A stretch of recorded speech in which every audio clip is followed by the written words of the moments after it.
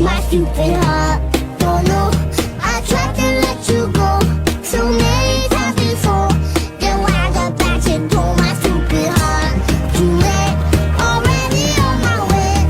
If you hold down your friends, I'll get my new cup and my stupid heart, heart,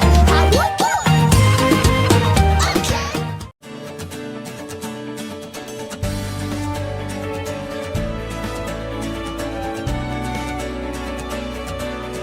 Bu, mungkin kita mulai saja nih, agar tidak terlalu lama. Bismillahirrahmanirrahim. Assalamualaikum warahmatullahi wabarakatuh. Alhamdulillah, Bapak Ibu, kita bertemu kembali setelah kemarin kita berkoordinasi untuk program PMM 4 yang inbound, penawaran mata kuliah. Nah, sekarang kami dari LPP ingin menyampaikan mengenai PMM 4 yang outbound, Bapak Ibu, yang mana ini menjadi peluang kita untuk mengkonversikan mahasiswa dan memberikan pengalaman kepada mahasiswa belajar di luar program studi. Sebelumnya saya mohon maaf jika agak berisik di sini. Jadi hujan itu masuk ke ruangan suaranya.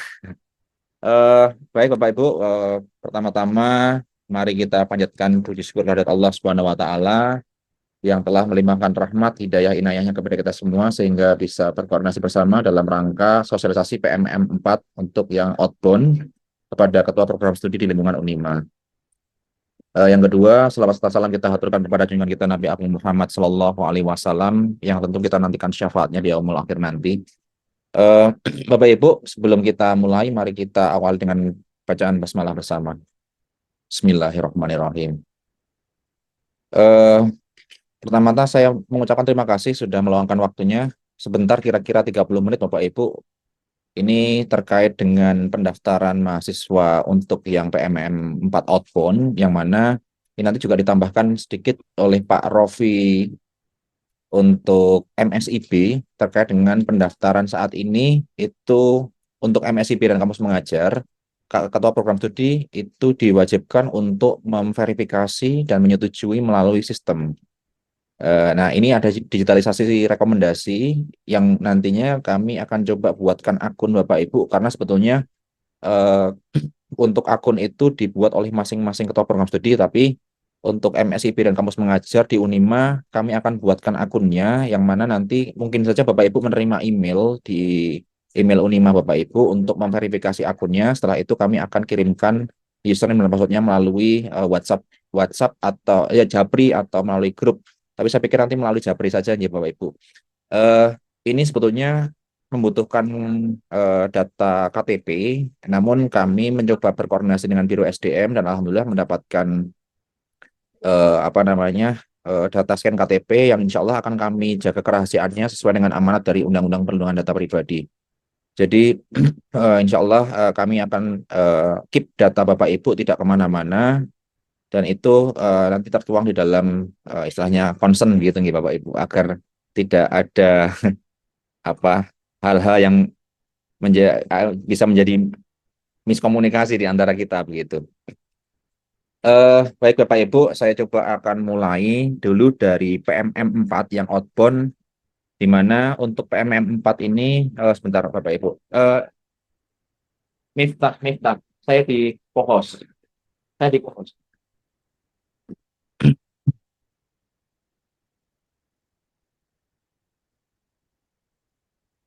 Saya izin share screen ya Bapak Ibu.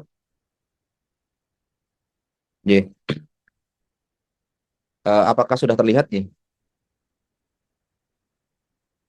Sudah, Pak. Bapak Ibu, jadi untuk PMM 4 ini kami perlu sampaikan bahwa tidak jauh berbeda dengan PMM 3 yang kemarin Bapak Ibu mengirimkan mahasiswanya. Kalau kemarin kita memiliki kurang lebih 11 mahasiswa yang dikirim ke perguruan tinggi lain. Semoga PMM 4 ini yang dilaksanakan semester genap besok itu bisa lebih banyak lagi yang diterima, karena sebenarnya pendaftar itu sangat banyak kemarin, hanya yang diterima di PMM 3 kok sedikit begitu. Nah, ini perlu kita evaluasi. Memang apakah karena memang kualitas, kapasitas mahasiswa, atau memang karena masalah administrasi, kami akan coba evaluasi. Namun demikian, ini kami perlu sampaikan bahwa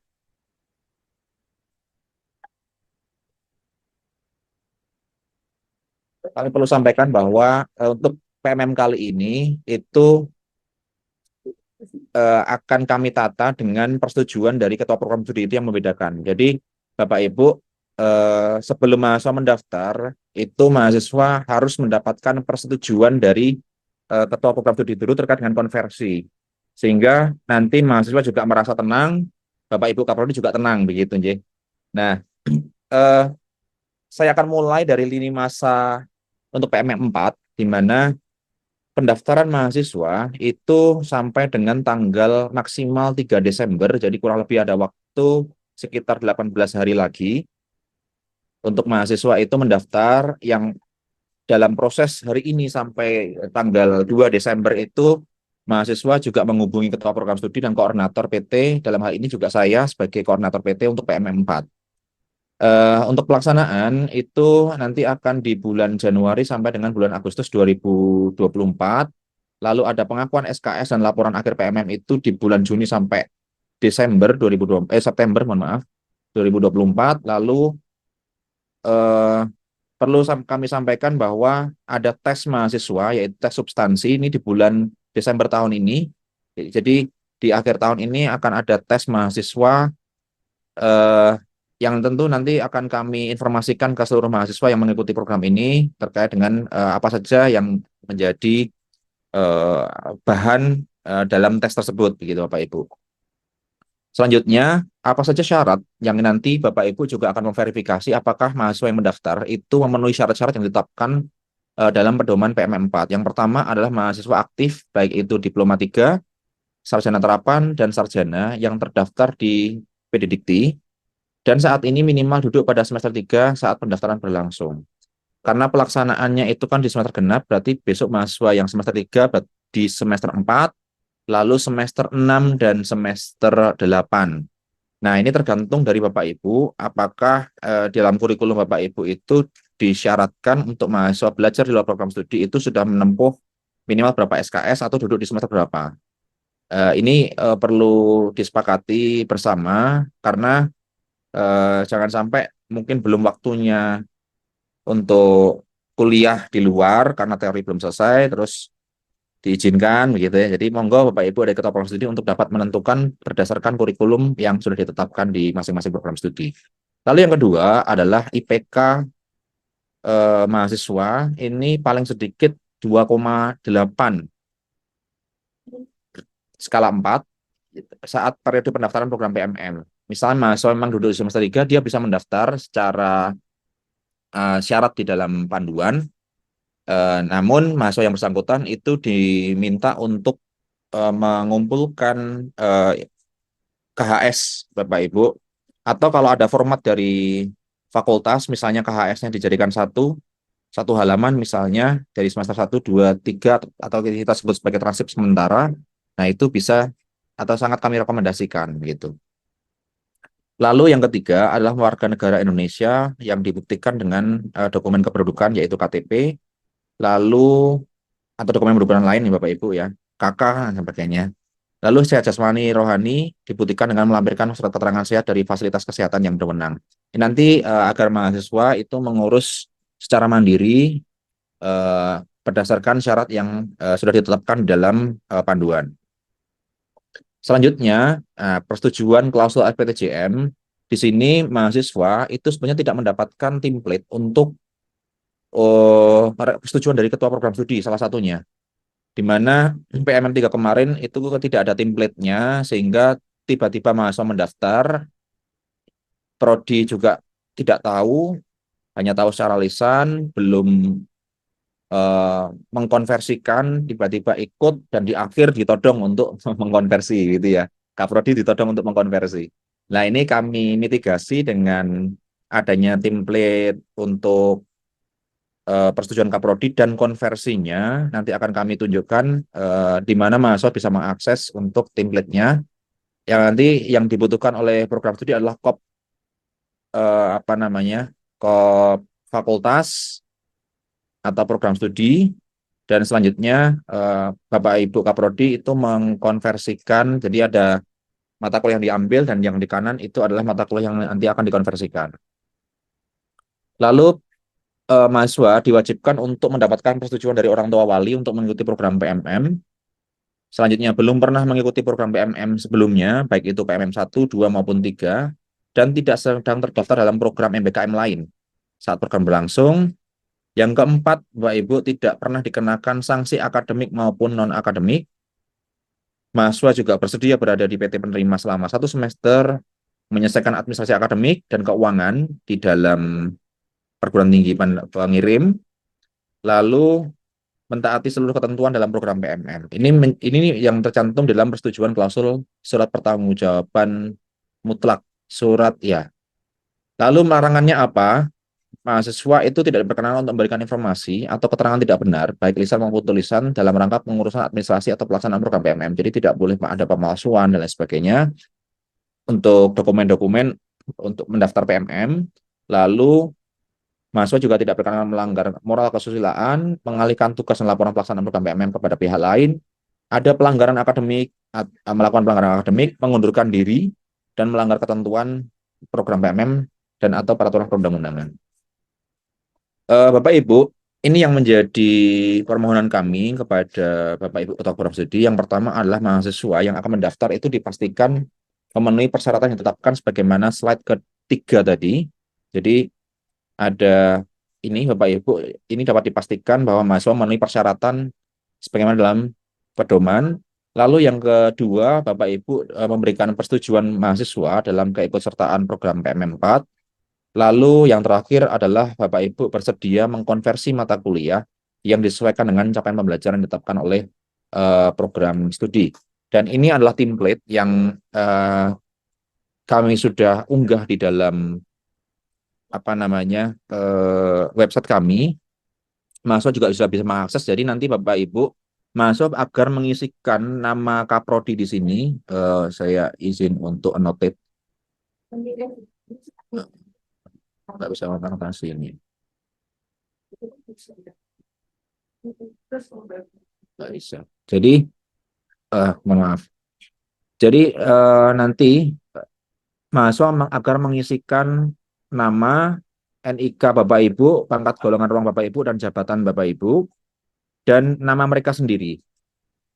Untuk selanjutnya mereka juga mengisikan mau mengikuti PMM di prodi mana, perguruan tinggi mana, dan mata kuliahnya itu kami tuangkan di dalam halaman selanjutnya di tabel ini. Nanti mahasiswa mengisikan mata kuliah apa dan Bapak Ibu bersedia untuk mengkonversi pada mata kuliah apa di struktur kurikulum Bapak Ibu. Selanjutnya mahasiswa dapat menyerahkan ke bagian pengajaran untuk diberikan fakultas atau program studi dan Bapak Ibu tapa asmo di sini. Jadi ini dokumennya nanti akan diunggah di dalam Google Form yang sudah kami sediakan di dalam website LPP. Mungkin saya bisa tunjukkan. Nanti mahasiswanya itu mengakses sekedap.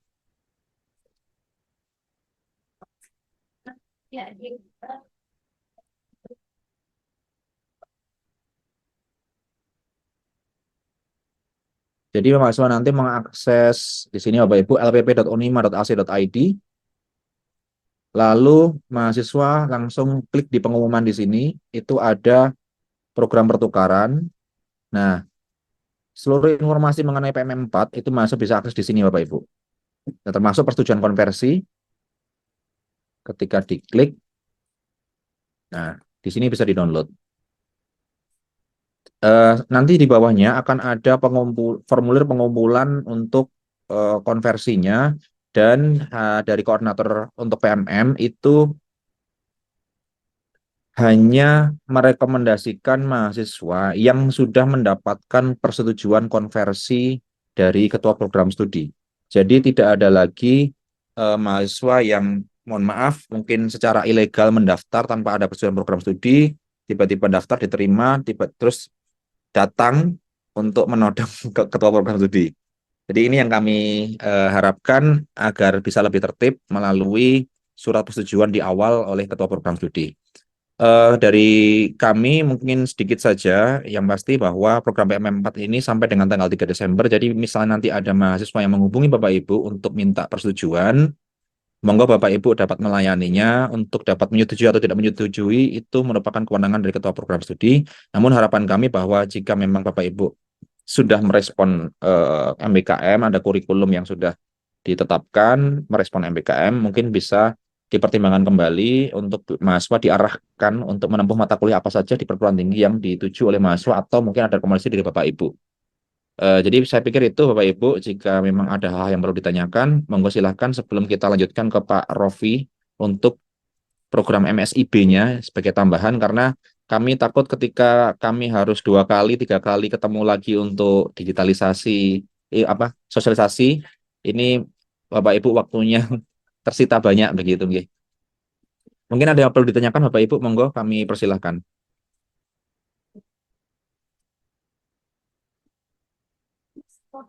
Pak Krisna mau tanya, Ya, monggo Pak Hantoro. eh, biasanya kalau terkait ini Pak, kendalanya adalah di mata kuliah yang di kampus penerima itu kadang-kadang tidak mencantumkan. Jadi kita kesulitannya di konversinya Pak. Biasanya di tengah-tengah atau kita nguyak-nguyak dulu. Nah, nanti enaknya bagaimana itu Pak Krisna? Nggih, jadi begini Pak Hantoro, terima kasih. Sebetulnya di dalam sistemnya untuk pendaftaran itu deskripsi mata kuliah sudah tercantum. Makanya kenapa kemarin pada saat kami dari APP meminta Bapak Ibu mencentang itu, centang-centang mata kuliah beserta dengan deskripsinya, itu nanti dimasukkan. Jadi deskripsi singkat itu nantinya akan menjadikan guideline Bapak Ibu apakah akan dikonversikan atau tidak. Saya juga tidak tahu kok tidak diupload RPS-nya juga gitu ya kan. Seharusnya RPS juga diupload untuk dapat memastikan bahwa CP dari PT penerima itu berkesesuaian dengan CP kita. Namun karena sistemnya begitu, atau mungkin nanti dikomunikasikan ke mahasiswanya untuk dapat menghubungi koordinator PT-nya, Pak. Misalnya mata kuliah A, B, C, D, apakah ada deskripsi yang lebih lengkap begitu, sehingga Pak Hantoro atau Bapak Ibu yang lain itu bisa istilahnya memadankan antara CP di mata kuliah penerima dan di mata kuliah pengirim. Begitu Pak Hantoro. Tapi harapannya nanti jika memang tidak terdeteksi gitu nggih, ternyata cuma mata kuliah deskripsinya kosong atau delusi gitu ya, berarti mahasiswa langsung menghubungi saja koordinator PT pengirimnya gitu Pak. Oke. Siap, siap. Terima kasih Pak Krisna. Ya, sama-sama Pak. Ada lagi Bapak Ibu? Jadi Bapak Ibu Kaprodi, mungkin kami mohonkan 3 hal. Yang pertama itu adalah terkait dengan memastikan mahasiswanya itu memenuhi syarat. Yang kedua, memberikan persetujuan. Dan yang ketiga adalah kesediaannya untuk mengkonversi mata kuliah yang mahasiswa ambil begitu.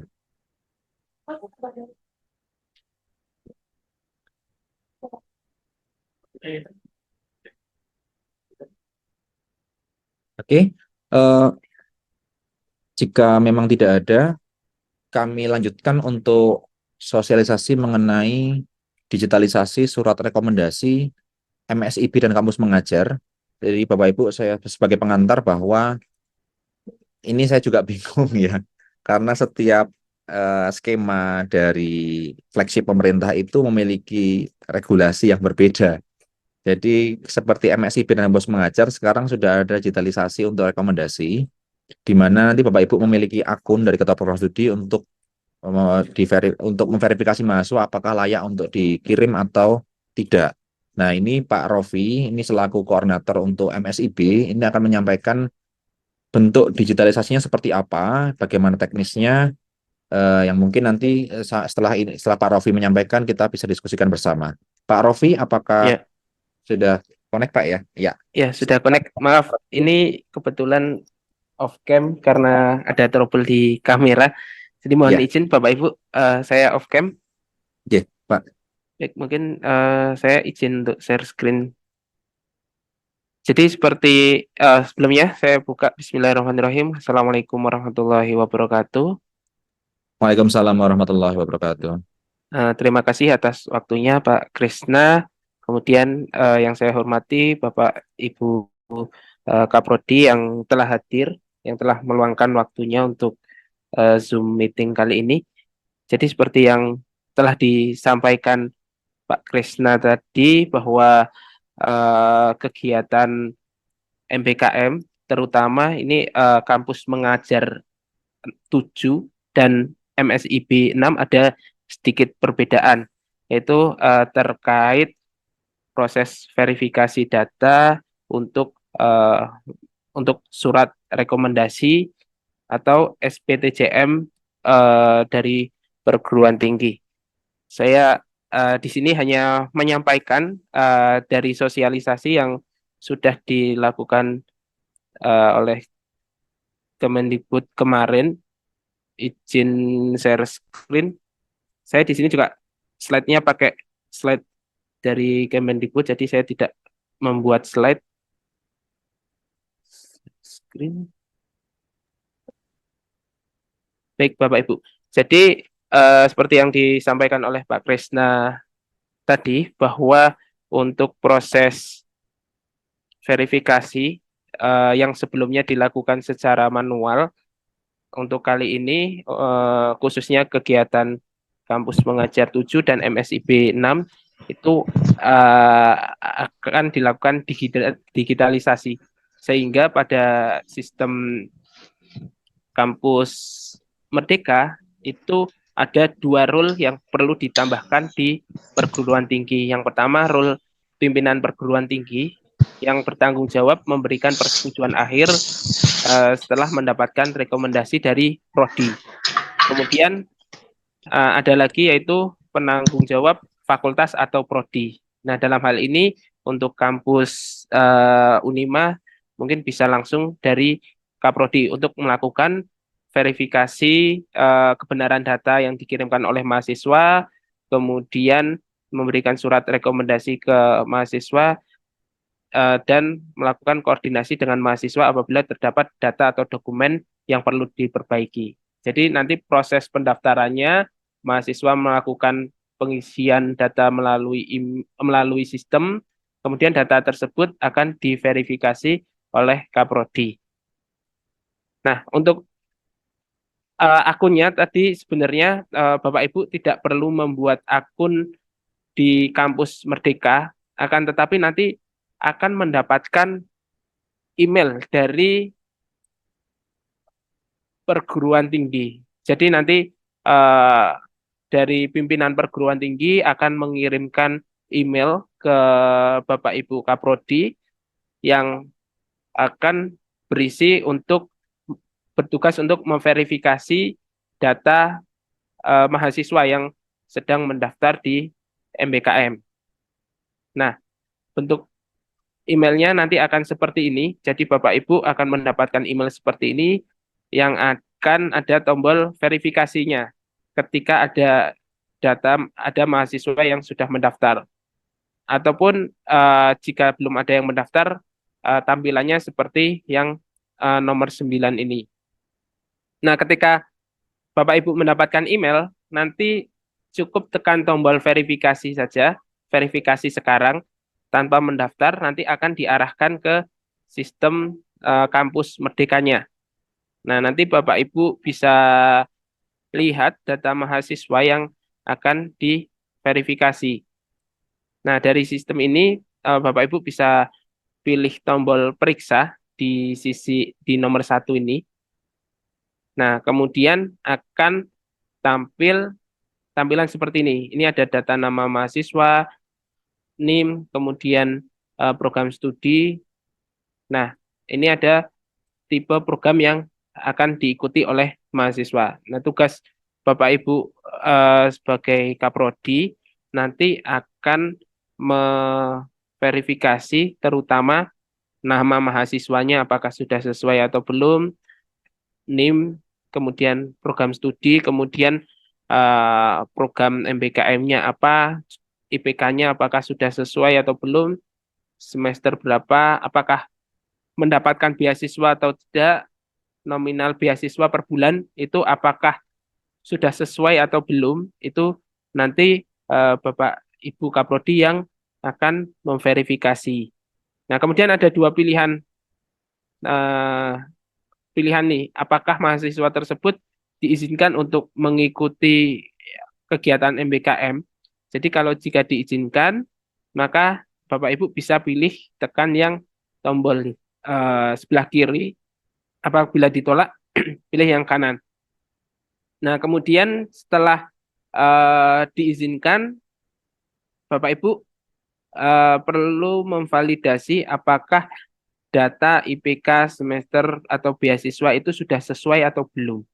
Nah, jika sudah sesuai maka tekan ya, tapi kalau belum sesuai, nanti Bapak Ibu bisa eh, memilih belum sesuai, maka nanti akan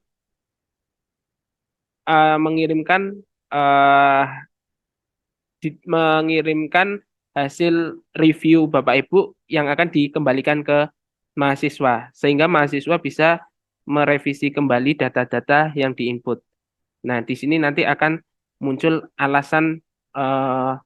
alasannya kenapa ditolak, apakah IPK-nya belum sesuai ataupun sudah sesuai.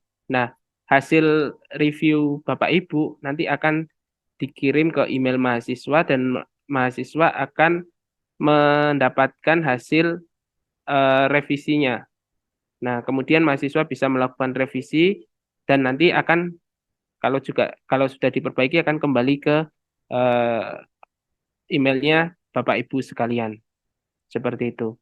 Kemudian Bapak Ibu juga bisa menolak apakah mahasiswa tersebut tidak diloloskan atau tidak diizinkan untuk mengikuti program kampus mengajar atau MSIB. Nah, kan tetapi perlu diperhatikan bahwa penolakan persetujuan verifikasi itu akan bersifat final. Jadi tidak dapat diubah kembali ketika Bapak Ibu menolak. Jadi sudah tidak bisa diubah menjadi terima. Nah, kemudian dengan menolak mahasiswa itu, maka seluruh lamaran mahasiswa ke kampus Merdeka akan dinyatakan gagal. Artinya untuk surat rekomendasi ini bisa dilakukan apakah program kampus mengajar atau MSIB, seperti itu. Nah, untuk penolakan nanti juga akan dikirimkan datanya ke mahasiswa yang akan muncul di email mahasiswa. Nah, untuk Bapak Ibu Kaprodi, setelah melakukan verifikasi, nanti datanya akan dikirim, selanjutnya akan diproses oleh pimpinan perguruan tinggi. Artinya, Bapak Ibu cukup melakukan verifikasi data ketika nanti ada email yang masuk untuk penugasan verifikasi. Seperti itu, Bapak Ibu. Mungkin singkat yang saya sampaikan, dan ini nanti slide-nya bisa kami share untuk Bapak Ibu. Jadi Bapak Ibu cukup Kaprodi cukup mengikuti di bagian keempat ini, alur verifikasi dan persetujuan data mahasiswa oleh penanggung jawab fakultas atau prodi. Seperti itu yang bisa saya sampaikan. Mungkin ada pertanyaan.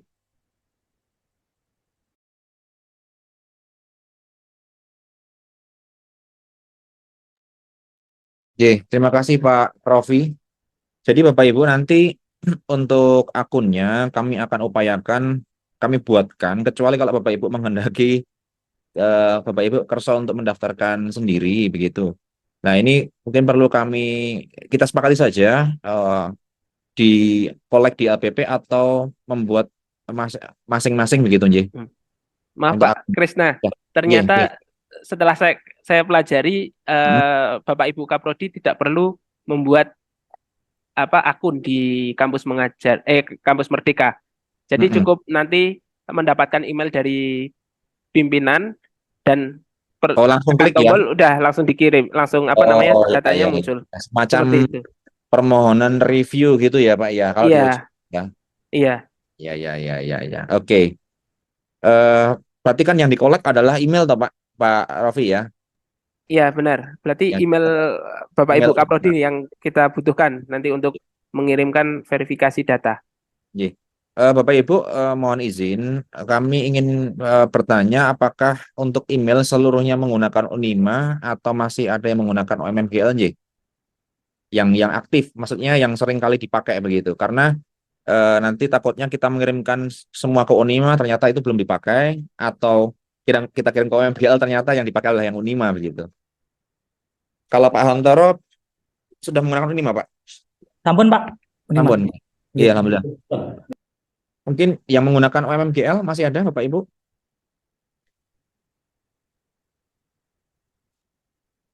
Jadi data kami tidak perlu mengkolek kembali ke Bapak Ibu, langsung kami mintakan data itu dari BPSDM untuk emailnya, begitu, Nji? Baik. Mungkin sedikit info yang bisa saya sampaikan untuk program MSIB 5 itu saat ini sudah proses pendaftaran. Jadi mungkin Bapak Ibu bisa menyampaikan ke mahasiswa paling lambat proses pendaftaran itu sampai tanggal 15 Desember. Artinya nanti mungkin di antara waktu sekarang sampai tanggal 15 Bapak Ibu akan mendapatkan verifikasi, mendapatkan email untuk melakukan verifikasi seperti itu. Untuk program MSIB seperti itu. Baik, seperti itu. Oke. Jadi ada 3 program ya Bapak Ibu yang saat ini sedang akan berjalan, mohon maaf. Yang pertama adalah program pertukaran mahasiswa merdeka. Yang kedua adalah program kampus mengajar angkatan 7. Dan yang ketiga adalah program MSIB batch 6 ya Pak ya, Pak Rofi ya. Jadi, ada 3 program itu yang mungkin Iya, Bapak Pak. Ibu itu yang dihandle oleh LPP, sehingga kalau ada MSIB dan sebagainya, dan MSIB, PMM maupun kampus mengajar, jika ada hal yang perlu dikomunikasikan, silahkan jangan ragu untuk menghubungi LPP begitu.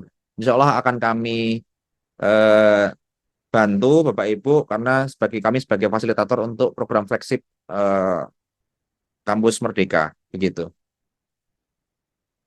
Bapak Ibu, apakah ada hal-hal yang mungkin perlu kita diskusikan?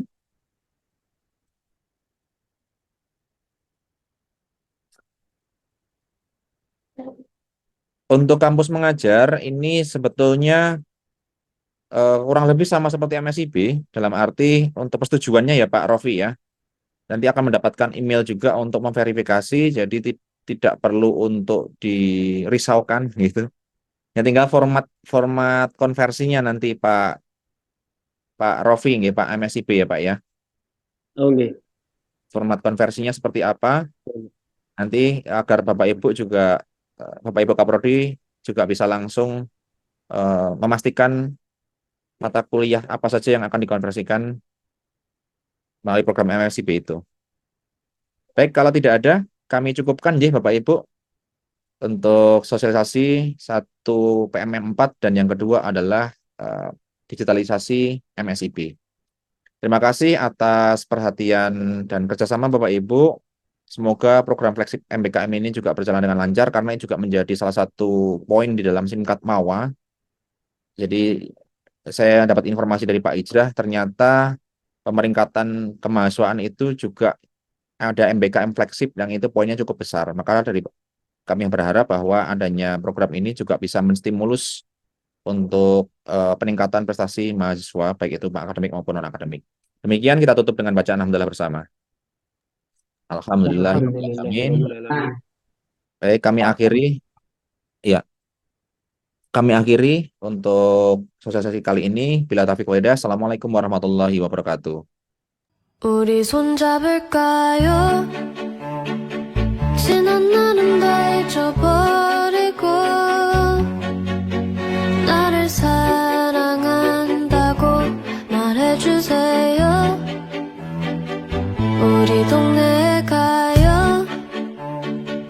편한 미소를 지어주세요. 노란 꽃잎처럼 내 맘에 서뿐히 내려앉도록 바람결에 스쳐갈까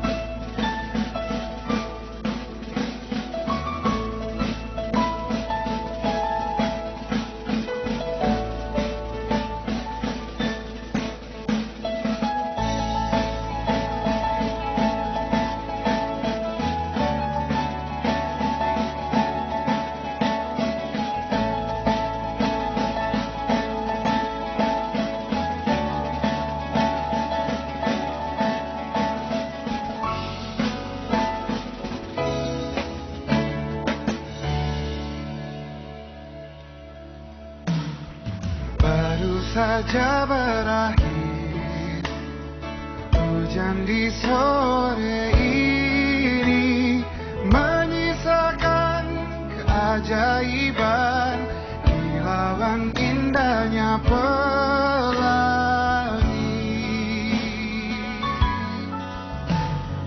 Tak pernah terlewatkan dan tetap mengaguminya. Kesempatan seperti ini tak akan bisa dibeli.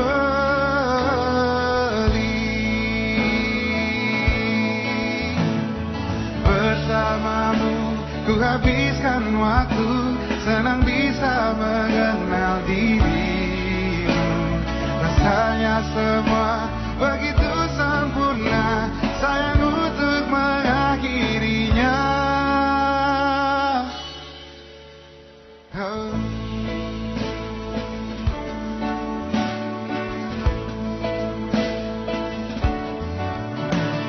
Melawan keterbatasan, walau sedikit kemungkinan, takkan menyerah untuk hadapi hingga sedih tak mau datang lagi.